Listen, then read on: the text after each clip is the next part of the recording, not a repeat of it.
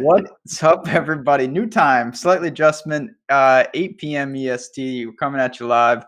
Awesemo.com PGA show. Myself, Ben Rasley, here with the man, Jason Roslin. And we got not the players. We got Valspar, which, it's not the worst tournament. It's not the best tournament, but still a decent week. I know you're excited for this because boots on the ground.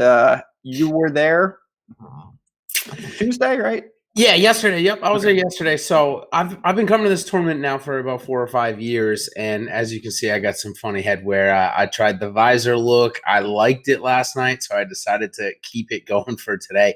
But I've been going to this tournament for about 4 or 5 years because my parents ended up coming to the area 5 years ago and just kind of looking at things, and then I kind of coerced them to retire down in Tarpon Springs, which is actually the town in which it's played, Palm Harbor, Tarpon Springs.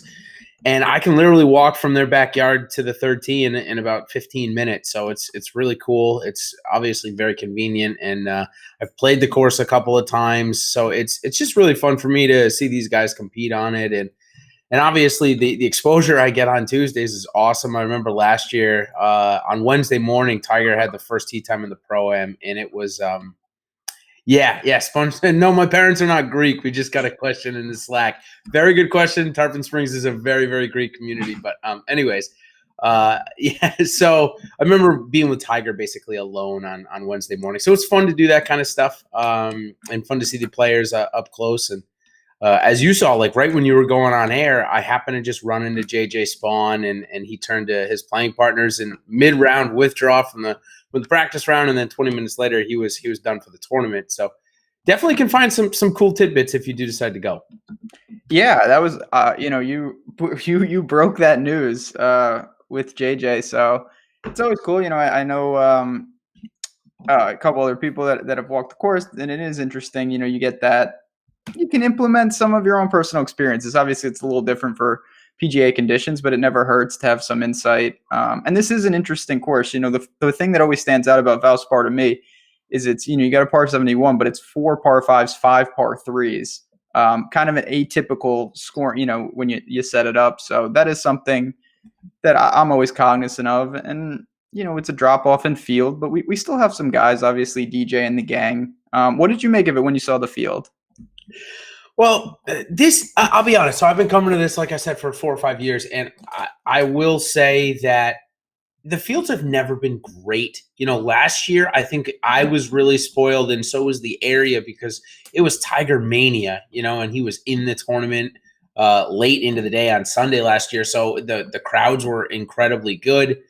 But if you actually look at the strength of the fields compared to last year to this year, they're actually relatively similar in terms of the strength of the field and the overall official World Golf ranking and how they measure that. So, obviously for me, I watch the primetime guys on television all the time. So I just enjoy seeing guys going out and going to work. It doesn't matter if it's, Matt Jones, who's struggling to make the cut, or if it's DJ trying to win the tournament. I just enjoy watching golf. So, yeah, it was, for me, maybe a little bit of a letdown, but I'd say the biggest letdown, which we can talk about, is Tommy Fleetwood withdrawn.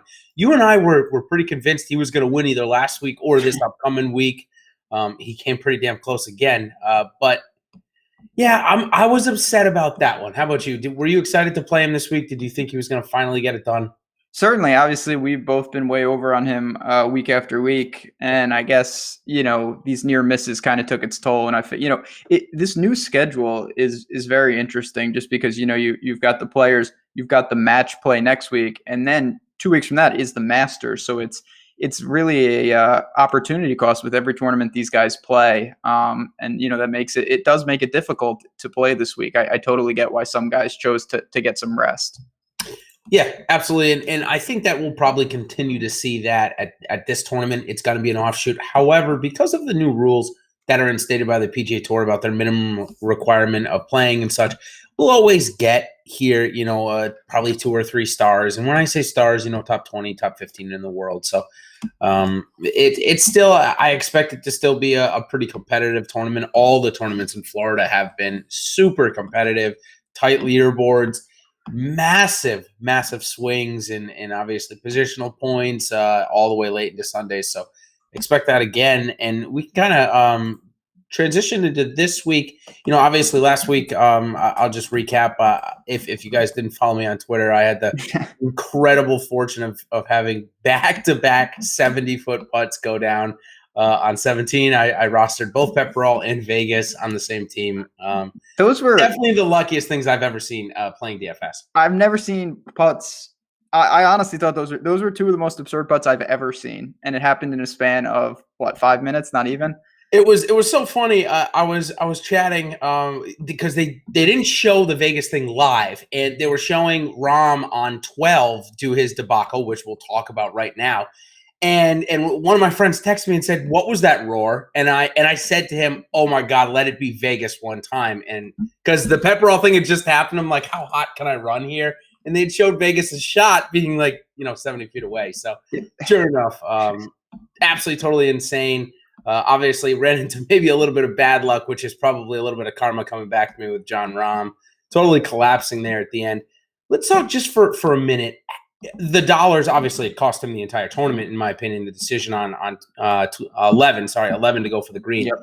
When is that going to end? Is it ever going to end? Because it did cost him millions of dollars last week, or at least 1.8 million, whatever it was. The difference between first and 12th, it cost him a lot of money. I don't know that money matters, but no, I mean, it was just I picked Rahm to win that tournament. I loved Rahm. I know you like him as well, and I really thought, and I don't know, I thought that he's started to turn a corner with that stuff. You've seen him keep it together a little better, and it just seems that maybe it doesn't appear Thursday, maybe it doesn't appear Saturday, but when it gets down to crunch time, he still doesn't have that temperament. And it's just like, I'm not a golfer.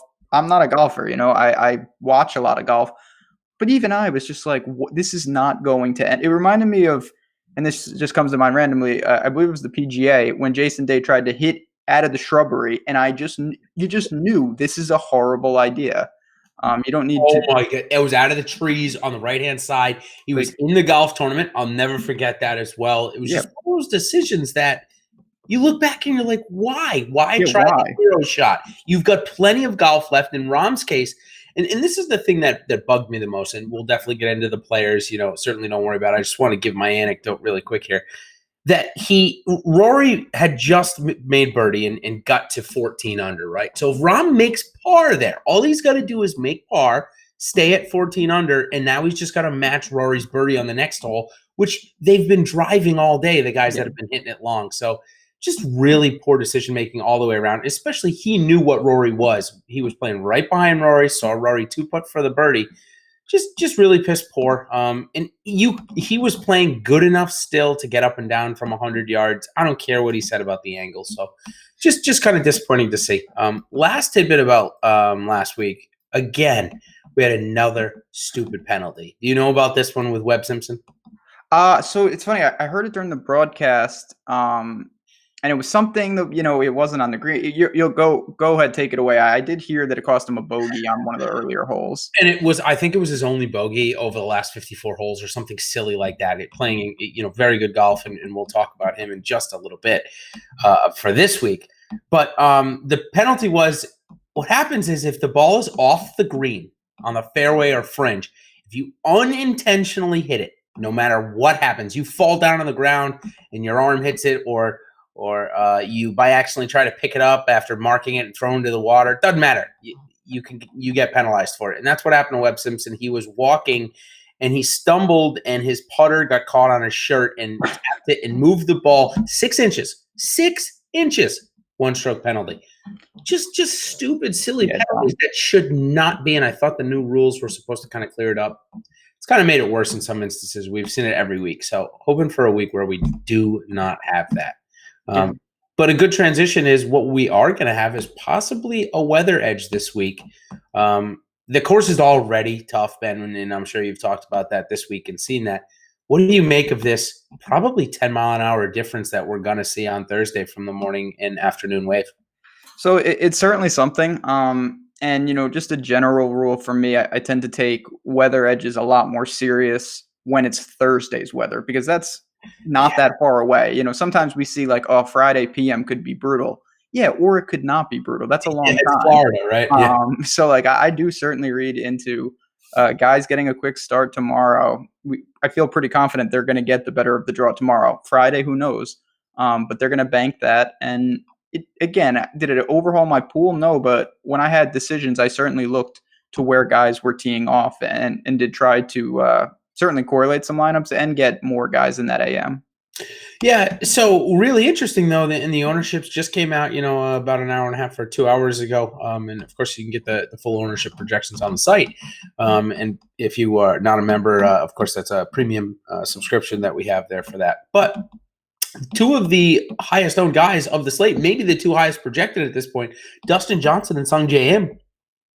They're off at 12:30 and 1 o'clock tomorrow. Winds are supposed to start picking up before I came on, and I'm sure you're seeing the same thing, Ben. It looks like it's going to pick up a mile an hour at 12 o'clock all the way up until 7 o'clock, starting at 10 miles an hour. So it looks like we're going to get up close to 20 by 7 o'clock when they're going to be finishing. So what do you make of that? Do you think that their ownership has come down a little bit because of this edge and it would be even higher?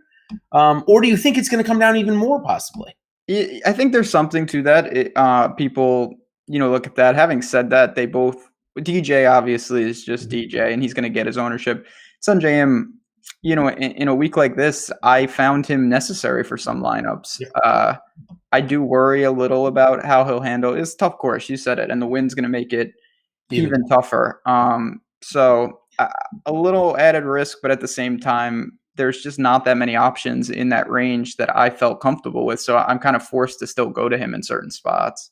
Yeah, I think you're probably going to find that on a lot of instances, the field is just not as strong in that 7,800 range to 7,000. And do you really want to trust a guy? And we can go right into talking about this tee time in the morning that I found very interesting. Two guys that are priced kind of right around the same and maybe a little cheaper. But Ollie Schneider, gents, he goes off in the morning at 8:02, coming off a top 10. We know he's got all the talent in the world, or had it, but he has been gosh awful except for last week. Are you ready to trust him over somebody like Sung Jae Im just because of a weather draw? Or in most cases, are you still finding yourself going to Sung Jae? I'm really not. Like, Ollie, that was his first top 30 since Waste Management. Ooh. Not the last one, the 2 years ago. Like, it has been a full calendar year. And, I'm not talking a top 5, a top 10, top 30. So he came out of nowhere. He put up a fight. Obviously, the water ball on 17 did not help his cause. But yep, I think you can make a case for Ollie shares this week. But in terms of, Sun Jae Im, I think is cash viable and just a guy that I have in a different category in terms of playing consistently good golf. Yeah, also playing with Ollie in that morning threesome or three ball would be Harold Varner and Ryan Moore. And we got a question about Ryan Moore. He is the cheapest value on FanDuel this week comparative to his DraftKings price. So admittedly, I'm probably going to get most of my shares there. But what do you make of the other two guys pairing off with Ollie in the morning? Did they make your player pool because they're in the morning, or were they in it before, or not in it at all? I have just a share of Varner. I'm not sure exactly how good this course is for him. He's. I feel like I finally started to say he was playing consistent, and now he's just bad again. Now he's bad again, right? He's really not been great. Ryan Moore's a guy. I echo your thoughts. Price dependent. Had a hole-in-one last week. Not that really matters. So did Sun Jae Im.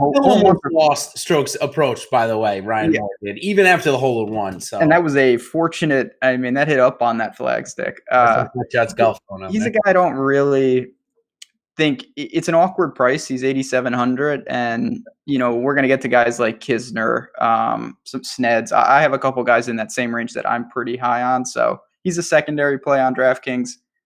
A little better price on FanDuel.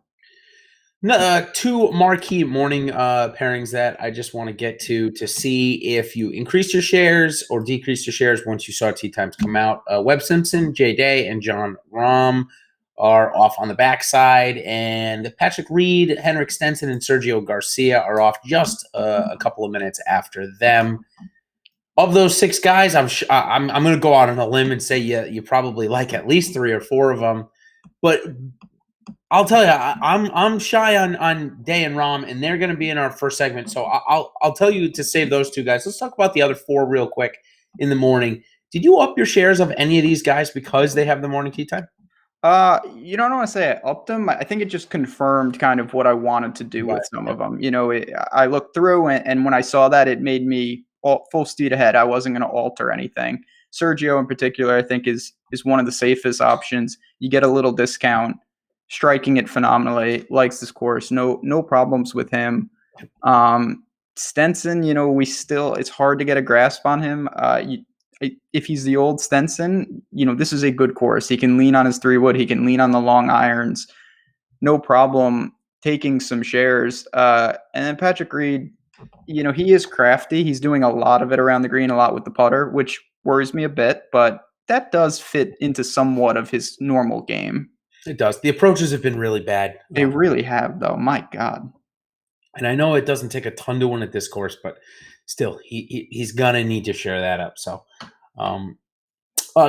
one more pairing that we'll get into these players a little bit later, but wanted to bring it up. Bud Cauley, Cabrera Bello, and Bo Haas are second off. If you guys are up in the morning, say around 8:30, 9 o'clock, or if you're at work and are able to follow Twitter, I'll be heading to the 6th hole tomorrow morning, and they'll be the first group that I see. Likely, I'll be there at around 9 o'clock. It's easiest for me to get there. So, I actually really like this pairing. I like Bud Cauley a lot this week. He's really improved his strokes gained around the green and putting.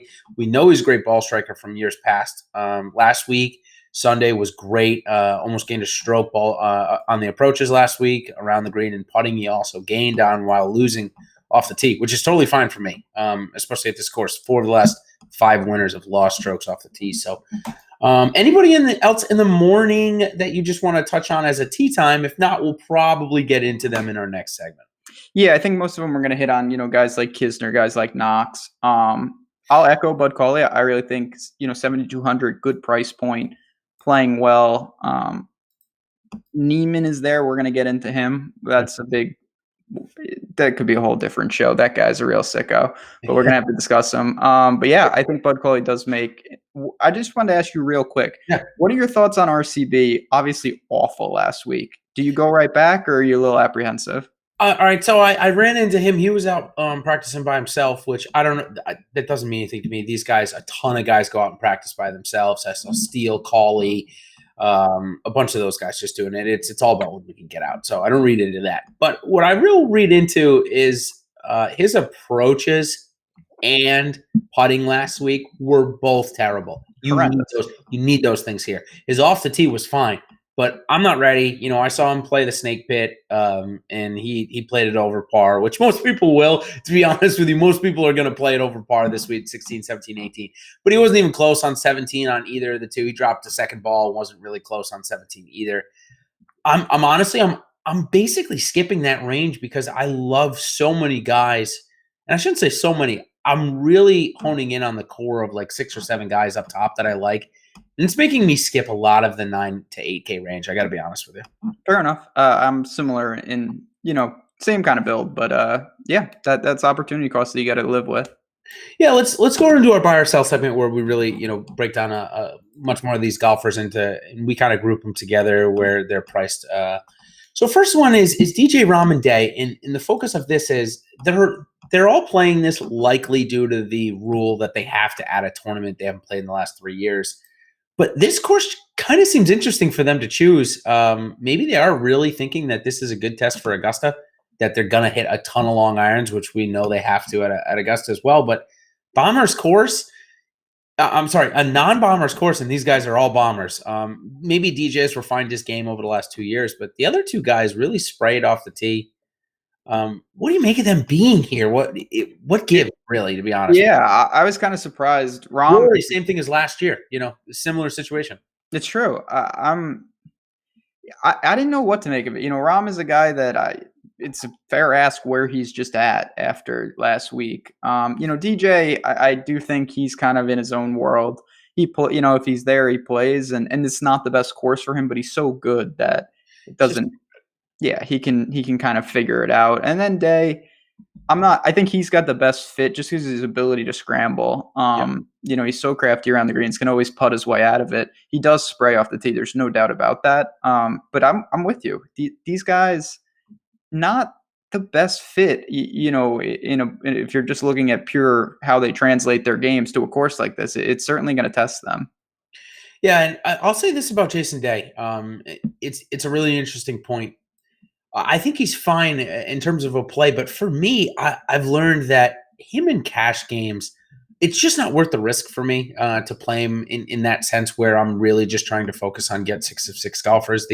He's one of those guys that I just don't do it. So he will be a contest selection kind of theory for me.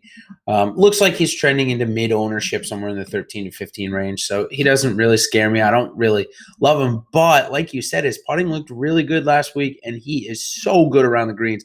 Might be when you include in scrambling and putting, he could be the best in the world. So if he takes driver out of his hands, which he's going to have to this week, I mean, the course is going to force him to. Mm-hmm. You might see him sneak up there, and yeah, he's one that I may add a little bit more up to the player pool. John Rahm, though, I'm out. I just think that he's going to take driver into places and get himself into trouble this week. Might be heading for an early exit. I'm not quite ready to say that statement yet, but I'm getting close to it. So we'll move on to the kind of the leverage above 10K. Looks like the only leverage, which this is probably my biggest play of the week, is Webb Simpson. I see no reason the only bogey he made was because of that stupid penalty we just talked about over the weekend. I'm pretty much all about Webb Simpson. Love the tee time draw. He loves the tee time draw. I ran into him on the back nine with his caddy right when the tee times came out. They were talking about it. Paul Tesori, looked over to Webb and was like, "Did you see the tee times?" And Webb's like, "No. What do we got?" And Paul was like, we got the AM PM, and I yelled over to him like, "Is that good?" And he's like, "That's great," and pretty emphatically. So as you can see, we're not the only ones that like this kind of stuff. I'm all about Webb Simpson. How about you? He's certainly obviously one of the safest options on the board. I will say that a lot of the Webb shares for me ended up being Sergio shares. Mm-hmm. I looked at $300. Yeah, so you get a slight savings, and for me, it was enough in certain spots. I feel pretty comfortable with Sergio also going out in the morning. And then I did get some day, at $300 more. So no problem with Webb. You said it. He's playing phenomenal.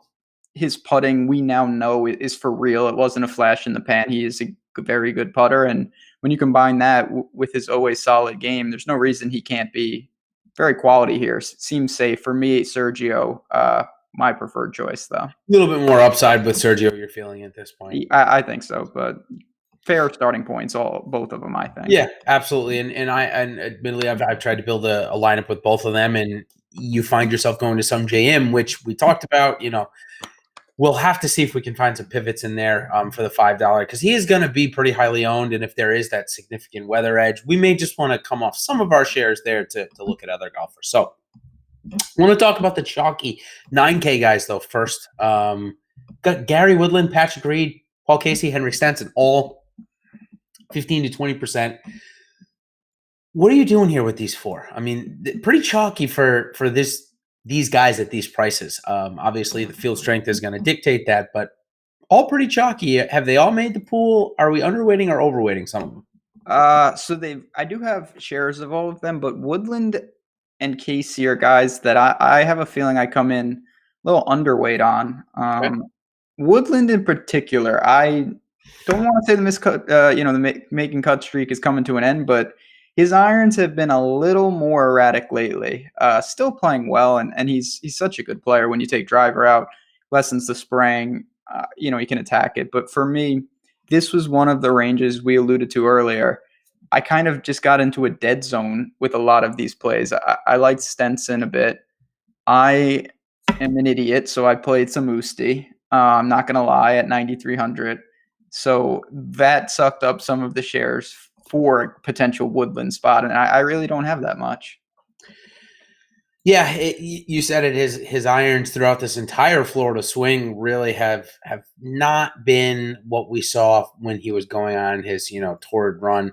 However, around the green game has been great. Gained another stroke last week, but again, lost 3/4 of a stroke on his approaches. So it gave him the opportunity. When you're not playing your irons well, you're missing greens, giving yourself the opportunity to gain strokes around the green. Obviously, if you're gaining strokes on your approaches, you're likely not going to give yourself many opportunities to gain strokes around the green. So it's kind of counterintuitive in that sense. You got to look at the stats that way sometimes. So for me in this area, Gary Woodland's playing in the afternoon. That just gives me another reason why I don't want to play him, especially at 20%. I'm going to definitely be underweight. I like Patrick Reed here. I think he's a grinder. He hasn't missed a cut since the PGA Championship. And even when he's not in form, if you look at the last couple of years, he hasn't been in form. We've got, a couple of runner-ups here. So Patrick Reed's my biggest play. I'm not ready to pay Stenson. I'd rather go and just pay Reed for consistency. Paul Casey, defending champ, he could bounce right back. I got to be honest with you. I'll probably end up equal to maybe overweight there. Next batch of guys, the three of them I want to chat with you about, all going to be around 15%. Kisner, Sneds, and Knox. All three possibly maybe playing a little bit better than their normal or what we've been seeing over them for the past 12 months at least. Maybe, 24 months ago we saw them play really well, and now they're starting to peak again. How about these three guys? Where are you finding yourself laying with them? So, this is where I'm certainly not separating. I like all of them, and I know they're going to be popular, but I found myself – I was on these guys last week, Sneds to a lesser extent, but you didn't need much of him to get overweight. No. I like Knox. I was pretty heavy on Kisner, and every time it seemed like he was really going to get there, he would screw up. He screwed 18, was a killer on Saturday, lost his – under 70, and that was one of the things that really helped you. DJ was the only player who got the under 70 bonus last week of the entire tournament. So these are guys, they're playing well. I think Knox in particular, his irons are really dialed in right now. This is a good course for him. So I have no problem. They're all in the 8K range, seem fairly priced for a field of this strength. I'm in. No problem with them in cash or GPPs. Yeah, for me... Which one? No dice? No, it's Snedeker, man. I can't play him for some reason. I struggle every time to roster him. For some reason, I just end up going down to Knox or a guy that was a late add to this field who we'll talk about in just a little bit, who I mentioned at the top is Ty Hatton, 37th ranked golfer in the world. And we've talked a little bit about these late ads. We saw Schwartzel do it at the Puerto Rico Open a couple of weeks ago. We saw a couple of guys do it last year. And the finishes have been pretty good. And I asked, a golfer one time, why would you late add? And there's three reasons. One, because they're working on something and they need to figure it out quick. Two, they think that they're close and they just screwed up something last week that they need to get right back on it. And I think that's what you're seeing with Ty Hatton. And I don't need to transition, but it looks like all four of those guys, Kisner, Sneds, Knox, and Ty Hatton, are all going to be really pretty popular. So I think I'm going to end up just going to the cheap route and going to Ty Hatton. I think that he's shown me more upside over the last 12 months than these other three guys. So I think that's probably why I'm going back to Hatton instead of these three. How about Hatton make the pool for you too? Or? Definitely. I love Hatton this week. There are certain guys, and he's one of them. He's high sevens in the players in the majors sometimes, and now he's high sevens in Valspar. Yep. He is clearly underpriced. You can one-off with – we had a question about Russell Henley. Like, that's a 1%er. You can take a stab. His form has not been good. But Hatton, to me, just makes sense. And he really has had some ugly finishes on Friday that have – it looks like he missed – and he just imploded a couple times. So – I'm with you. He would be ahead of Sneds for me, for what it's worth, is the last of those four. I still like him, but Hatton for me is right towards the top with Knox. Yeah, I think that's the great call. So let's talk about Russell Henley for a second. 7,800, and he's a golfer that obviously we've seen play way better. We saw some form pop out of him at the Honda, where he lost a little bit putting, but everything else looked really good. Last week at the Players, we kind of got that reversion to, really struggle with the approaches. Was decent off the tee, though. So I'm actually interested in Russell Henley as a really nice pivot in this area. I'm okay, though, with taking him and Ty Hatton on the same lineup. I would say he's probably more of a pivot than on Sung Jae Im for me, just because he's in that morning tee time is Russell Henley. He is going to be really low owned. That he's more of a scrambler and grinded out player rather than he is go out and shoot 20 under. So I'm definitely very interested in Russell Henley at this price. So a couple other guys, old man Jim, what are you doing with our buddy Jimmy Furyk? just it's hard not to like him. He's just such a boss. Uh, I can't pay 9,200 for him. I know he's playing fantastic, but I'm a little skeptical that there's not some hangover effect from just exerting that much and being in contention. So can he play well? Of course, but I'm not paying a premium for him here. I'd rather play Stricker, who I know is not in the same league right now, but at least you're getting a big discount if you want a consistently low variance guy. Yeah, $200 more is Keegan Bradley, 10% owned. Is that where you're kind of gravitating towards if you're playing people in that area? I know we talked about Patrick Reed a little bit, but I'm finding myself when I have the money for Keegan Bradley and Furyk's right below him, I'm going to Keegan every time. I would do the same if I was looking for, kind of safety there. Honestly, what I did, that range was pretty much only for top-heavy GPPs. My cash lineup is not constructed around that. And when I did that, I took Louis because I just think the upside is gigantic. Keegan is playing phenomenal in terms of safety. Don't know if he can sustain it for 72 holes. So it's just contest selection, upside, different things for different, teams. Yeah, let's talk about the lowest owned guys here in this upper range bracket. It's a great transition that you just mentioned. Louis got three other names: Bubba Watson, Bubba Watson, and then two former champions, Adam Hadwin and Charles Schwartzel, of this event. All going to be under 10%. You mentioned Louis. I understand the Louis call for sure. He looks like he's probably going to be the lowest of the four. Maybe Schwartzel and Louis, both from South Africa, but. Is Bubba playing a little bit better than Louis where, that should be where we're going? Or is it really just – and admittedly, I've seen you've been playing Louis a couple of times over the last 3 weeks. Is it finally that now we're getting a less 5% and now it's time for him to pop? Is that what we're looking for? Or, in that area, can we be looking at Bubba Watson as well?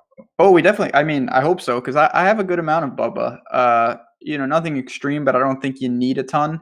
And the thing about Louis that I like now is I'm not having to overhaul my lineups because you mentioned it. He's not going to be popular. So I can take some stabs, and if Louis gets cut, I have some dead lineups. But it's not like there were some weeks where he was 20%, and if you really wanted to get leverage, you needed to jam. And that's a totally different situation. So you can look to them. Charles, a guy that just I'm not – off the tee is too crazy for me right now. He didn't make the cut. I think you could go to Hadwin if you wanted, but Bubba and Louis for me would be my favorite of the bunch. I think it's a great call by you, for sure.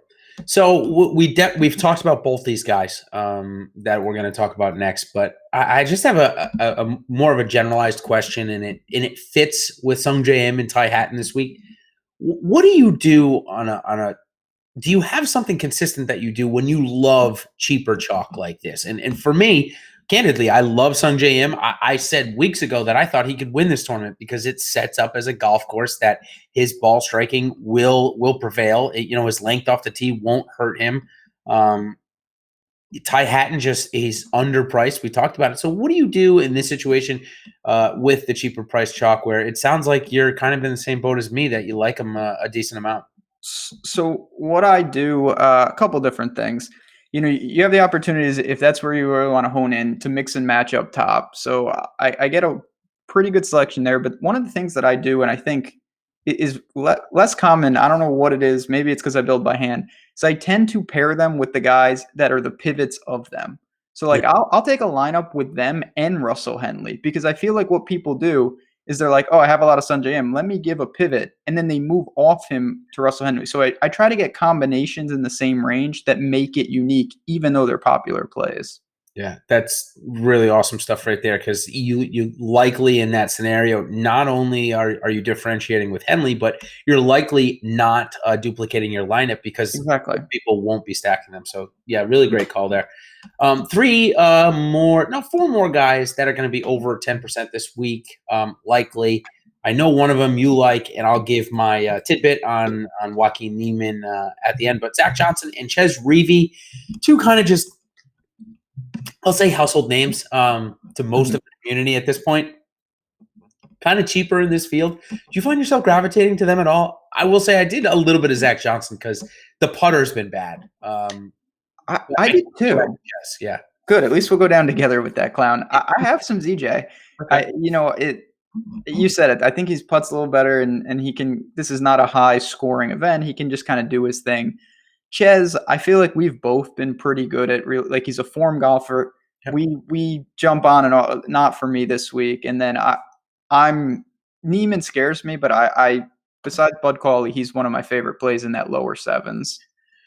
Yeah, we've talked about Cauley a little bit, so we will talk about Neiman here. I just wanted to get the stats on Reevy, because Reevy actually, and even though he only played 2 rounds at the Players, he actually put up some decent DraftKings points, and he did gain in those 2 rounds over a stroke on his approaches. So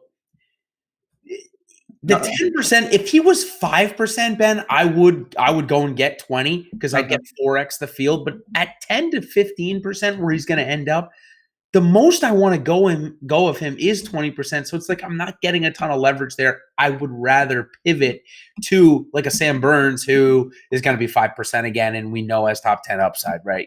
When he's on. Of course, we don't know when he's going to be on, but that's what you take.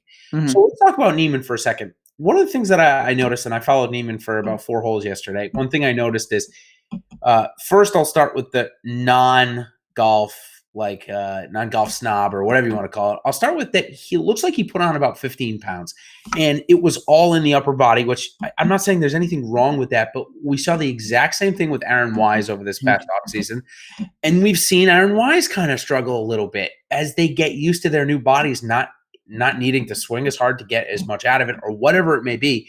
But it was something I noticed when I watched him at the Masters almost a year ago. He was as scrawny as can be.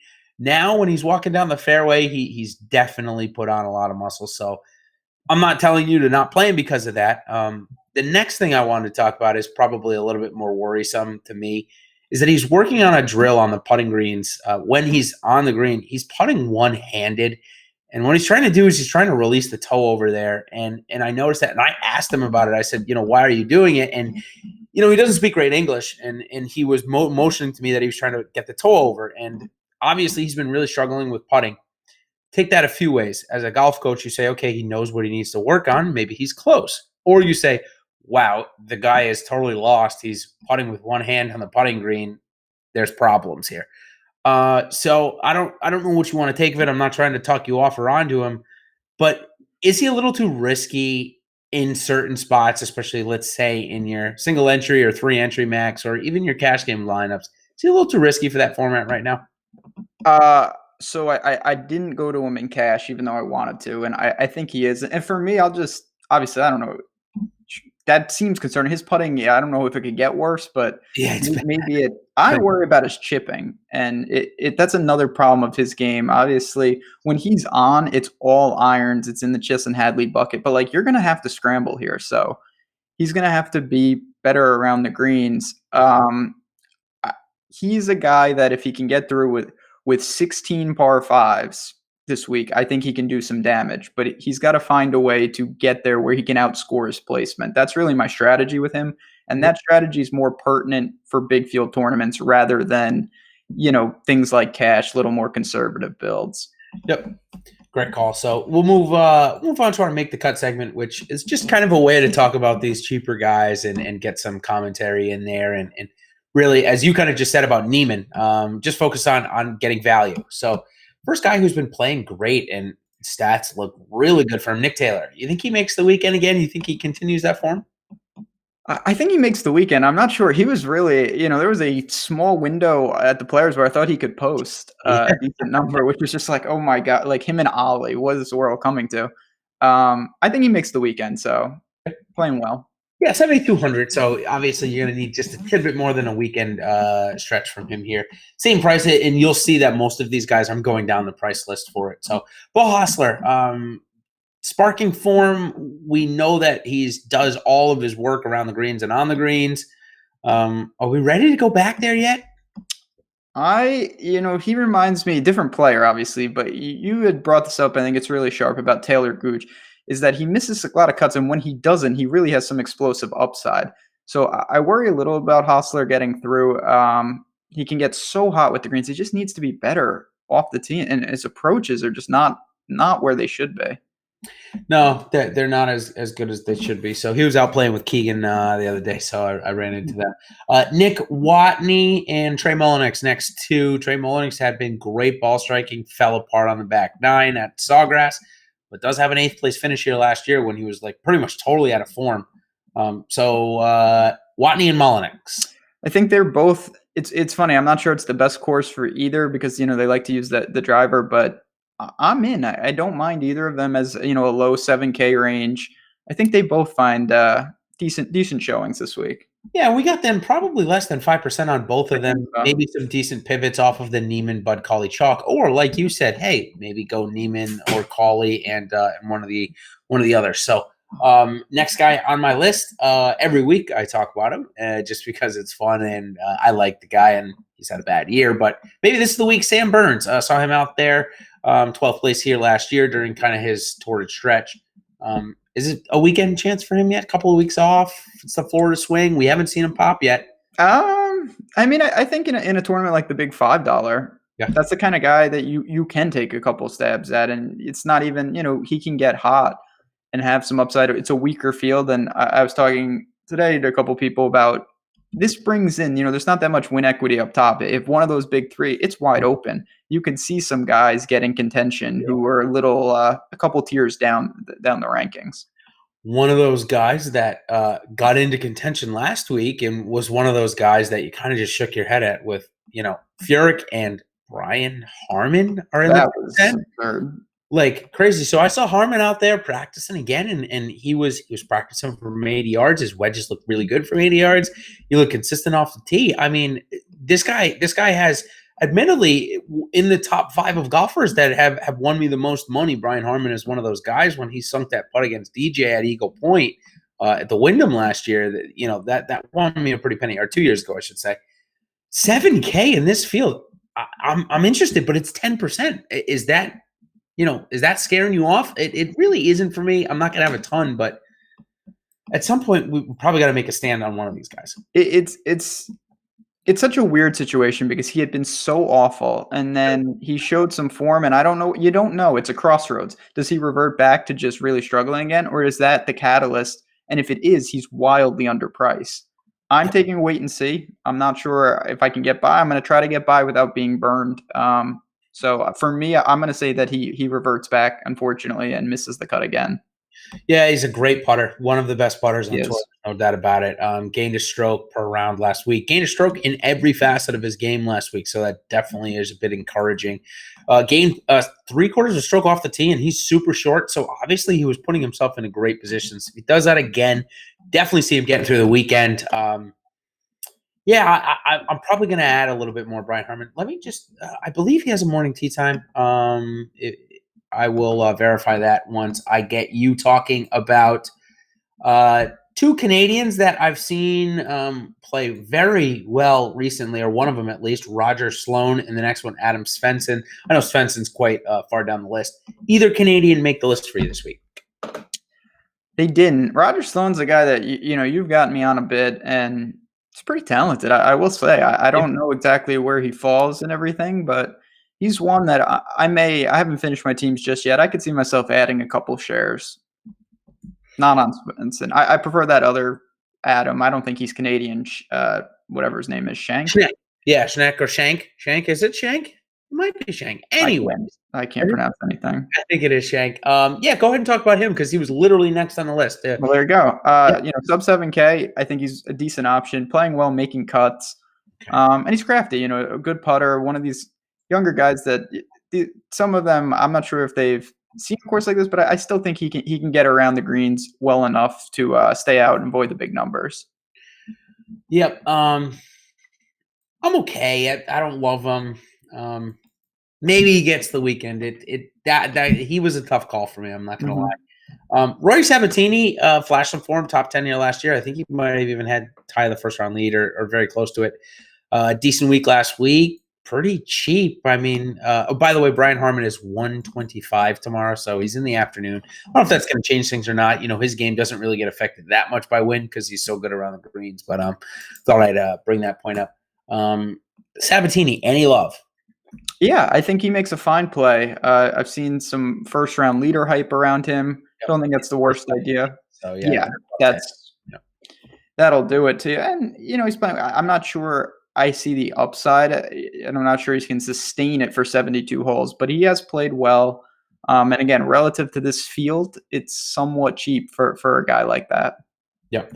And I do want to bring up one thing about the tee time split that I forgot to bring up, and it's kind of a moot point because it's pretty obvious, but not all 70 guys from the morning wave are going to make the cut. So there are still going to be plenty of guys from the Right. afternoon wave that don't have obviously the best ideal weather conditions that make the weekend. So don't totally eliminate players based on that. I bring up this scenario quite a bit when I'm talking to people about it. Jordan Spieth 2 years ago at the AT&T Pebble Beach had by far the worst draw and ended up winning the tournament. So just don't eliminate players. If you want to reduce your exposure, I understand because there is definitely an edge.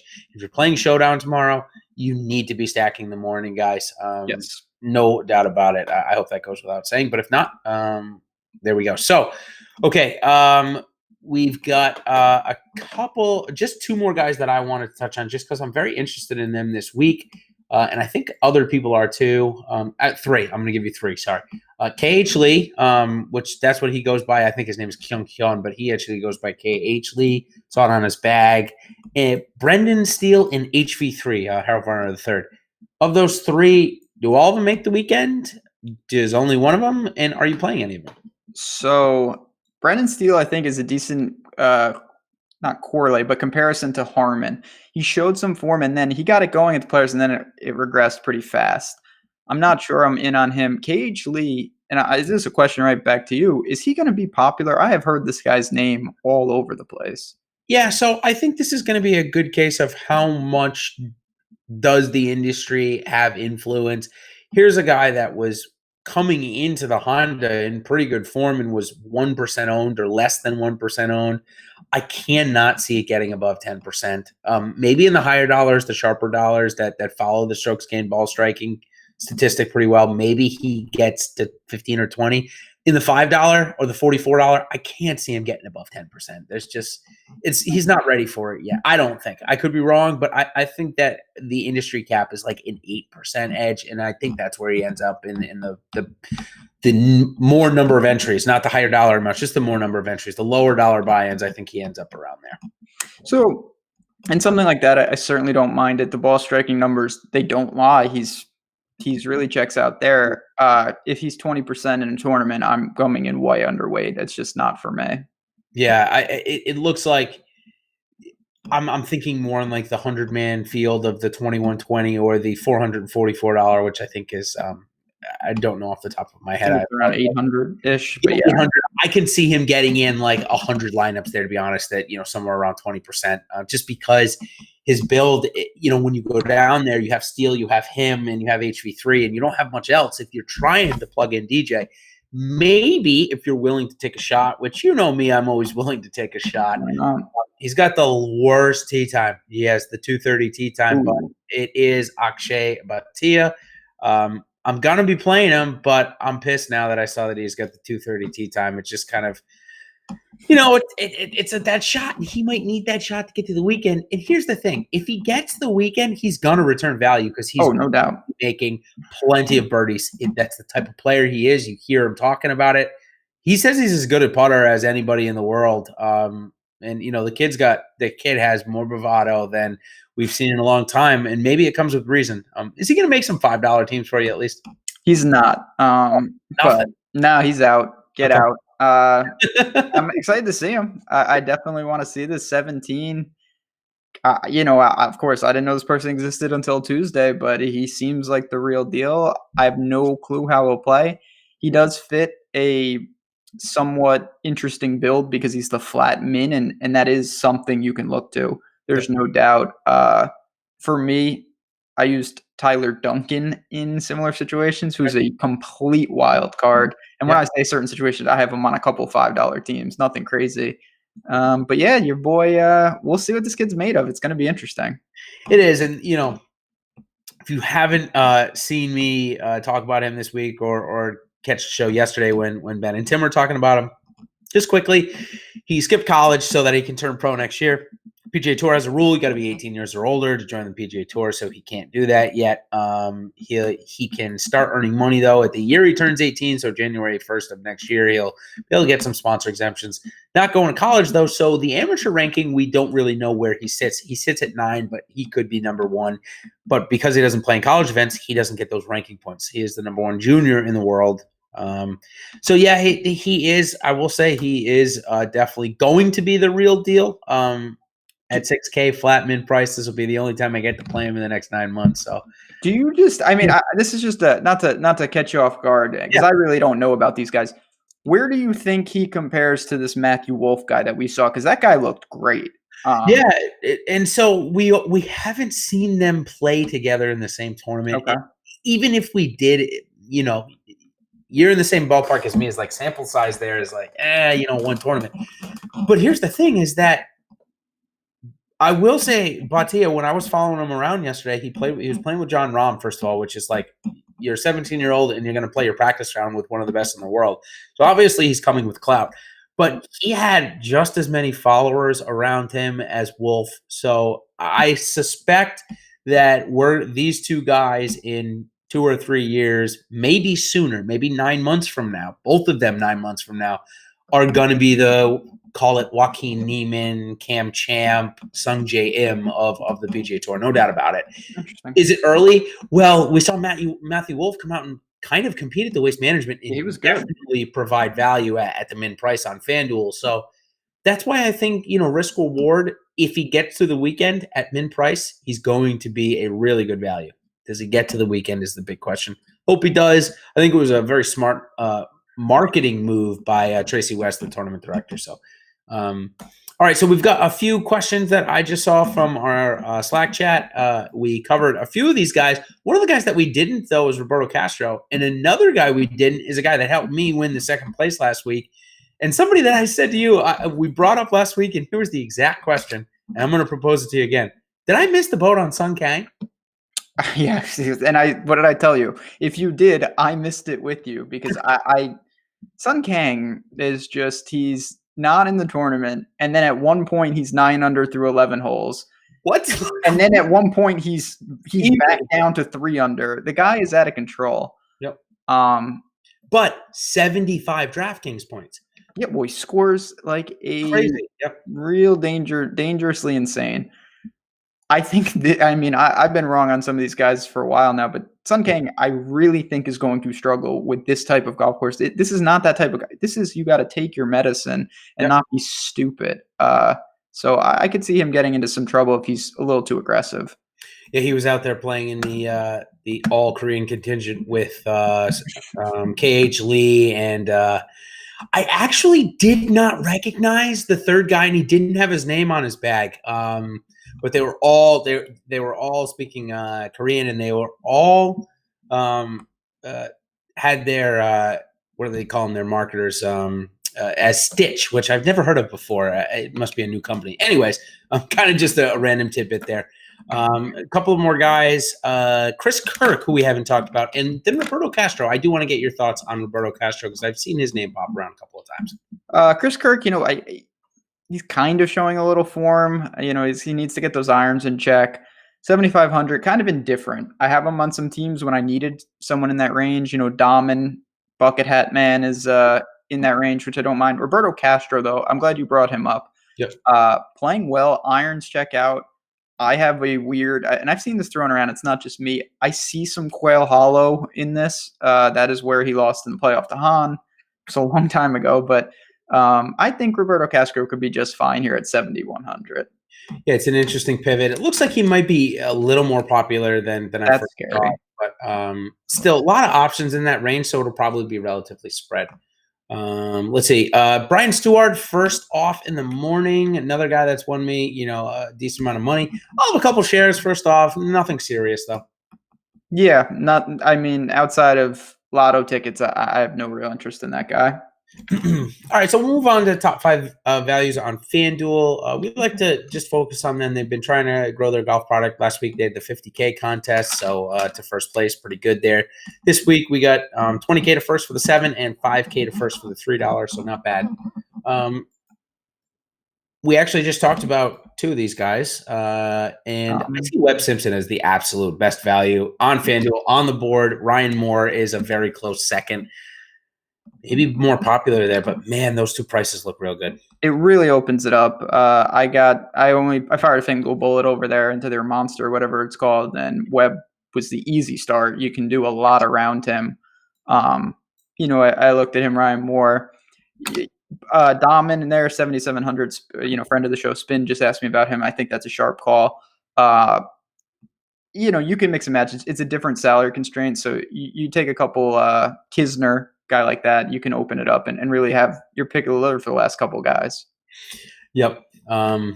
Definitely agree. So any other values on FanDuel or anything else you want to bring up before I give my course update? I was just looking at a funny message from Slack talking about Battieri, and he was in his press conference yesterday, and I'll just make a quick note. He was talking about what he likes to do, and he's like, I like to play Fortnite on my phone, and it's just funny that this is going to be the new generation of kids that we're going to see on tour, and yeah, we definitely have a little bit of fun in our Slack chat. So if you're not a premium member, it's definitely a fun way to interact with Ben and I and some of the other people here at Awesemo. So just one more quick note: if you didn't catch my short little video, I was at the course and did some stuff yesterday. Course is looking absolutely fantastic. We've had great weather down here, so aesthetically it'll look great.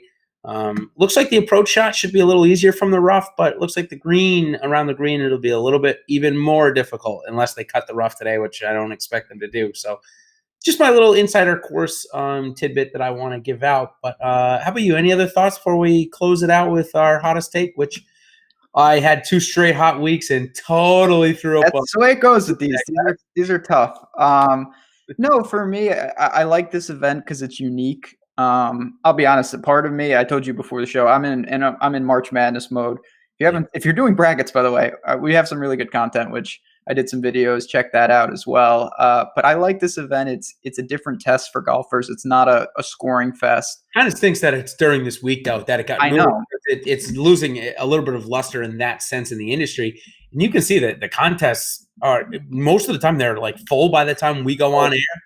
They're struggling a little bit and may not fill this week. They're not going to fill. Watch, because I told myself, like, listen, let's take it easy, nothing aggressive, and then there's going to be overlay, and I'm going to end up firing at 6:30 in the morning, and I'm just going to get demolished. But that's another story for another time. I just think I do like events like this, that it gives you a different feel. Sometimes golf, it's every week. You get into a grind. It's nice to have different skill, stats to look at, courses with, like I said, four par fives, 5 par threes. You're not going to see that too often. Yeah. Only 8 par fours. It's a really unique course in that sense, and all the par threes are just so hard. It's really great. It's a grind out there, and it sets up like a U.S. Open style that you think, or the persona that the U.S. Open has is a grind out tournament, single digit, winners every year.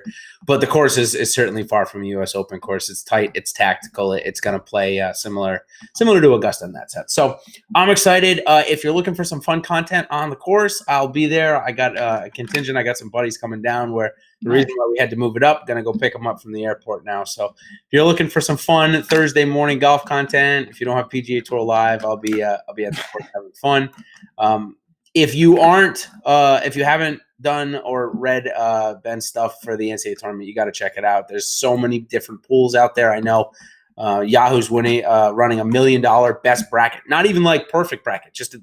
Someone's going to win. $1 million. Somebody is going to win the $1 million on Yahoo. If you don't put in a lineup, it's kind of silly. I have already put mine in. It's got Minnesota in the Final Four, so that likely isn't going to win it. But hey, you got to differentiate somewhere. Why not? Yeah, because if that happens, you'll be like one of 30 people who actually have them in the Final Four. It's worth taking crazy shots. It sure is.